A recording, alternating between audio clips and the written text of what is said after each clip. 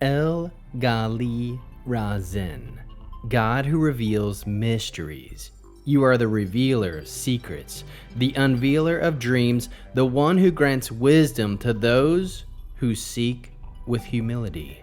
I open my heart to your revelation and trust you with what I do not yet understand. Yehovah Elohi El Gali Razen. Kadosh, Kadosh, Kadosh.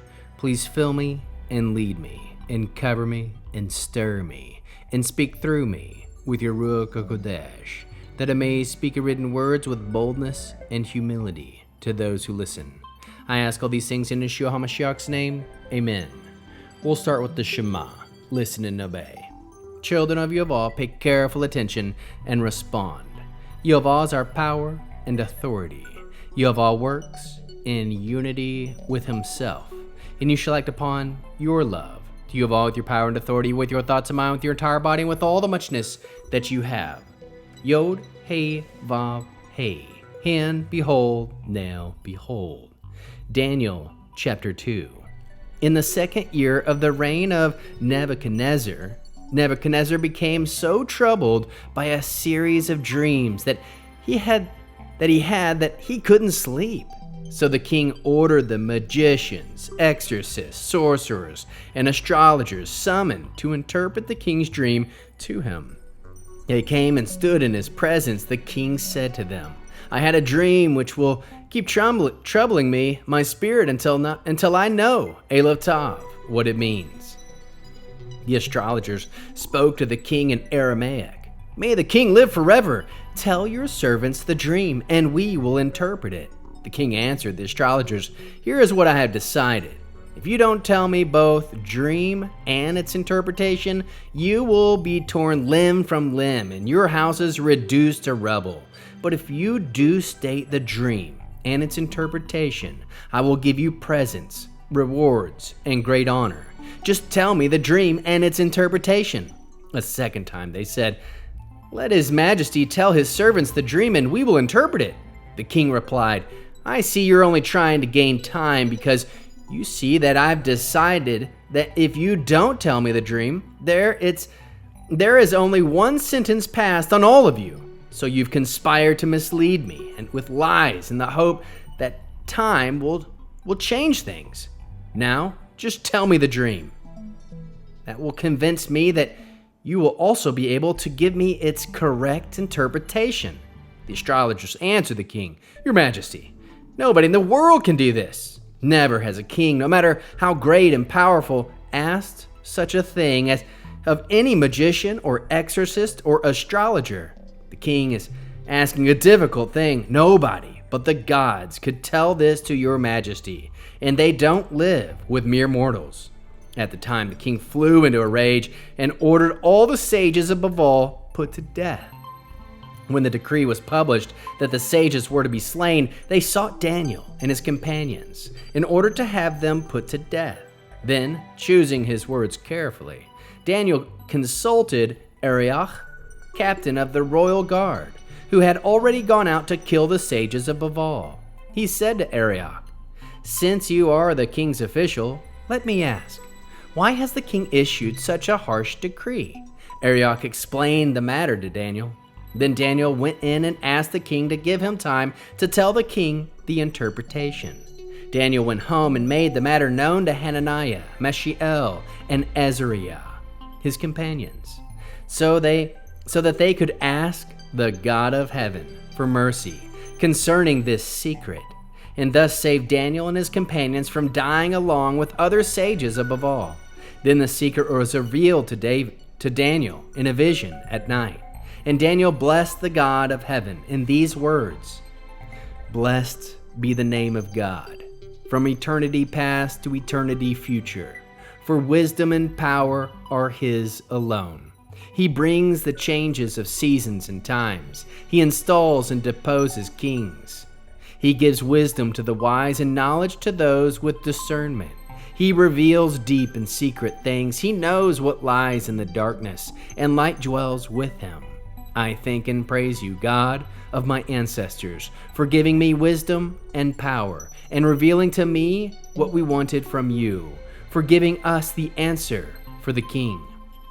So Daniel went to see Arioch, whom the king had charged with destroying the sages of Babel, and said to him, "Don't destroy the sages of Babel. Bring me before the king, and I will give the king the interpretation." Quickly, Arioch brought Daniel before the king and told him, "I have found one of the exiles of Yehuda, who will reveal the interpretation to his majesty."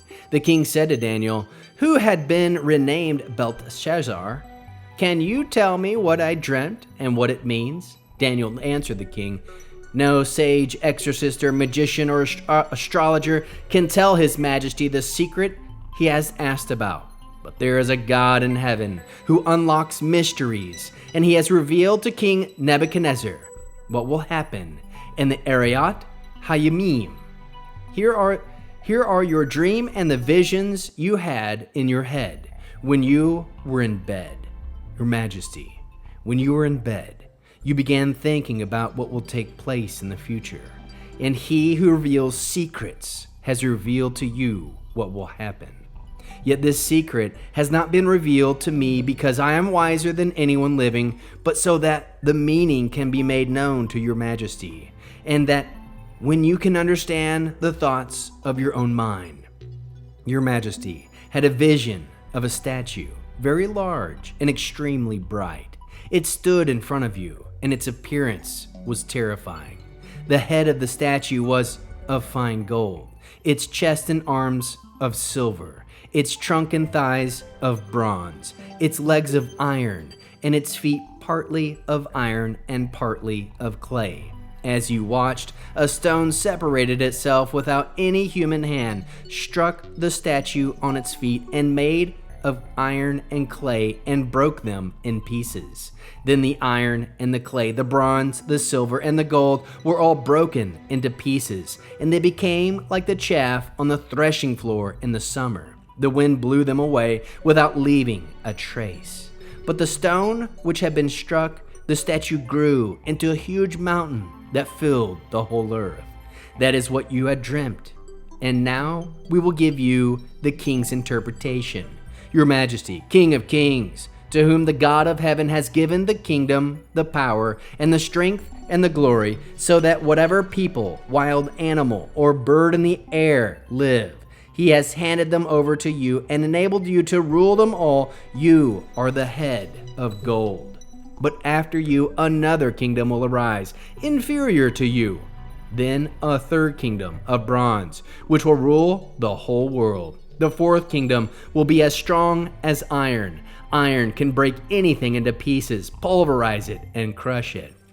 So just as iron can crush anything, this kingdom will break the other kingdoms into pieces and crush them. Finally, you saw the feet and toes made partly of pottery clay and partly of iron. This will be a divided kingdom, yet it will have some of the firmness of iron, since you saw the iron mixed with the clay from the ground. Just as the toes of the feet were part of iron and part clay, this kingdom will be partly strong and partly brittle. You saw the iron mixed with clay. That means that they will cement their allies by intermarriages, but they won't stick together any more than iron blends with clay. In the days of those kings, the God of heaven will establish a kingdom that will never be destroyed, and that kingdom will not pass into the hands of any other people.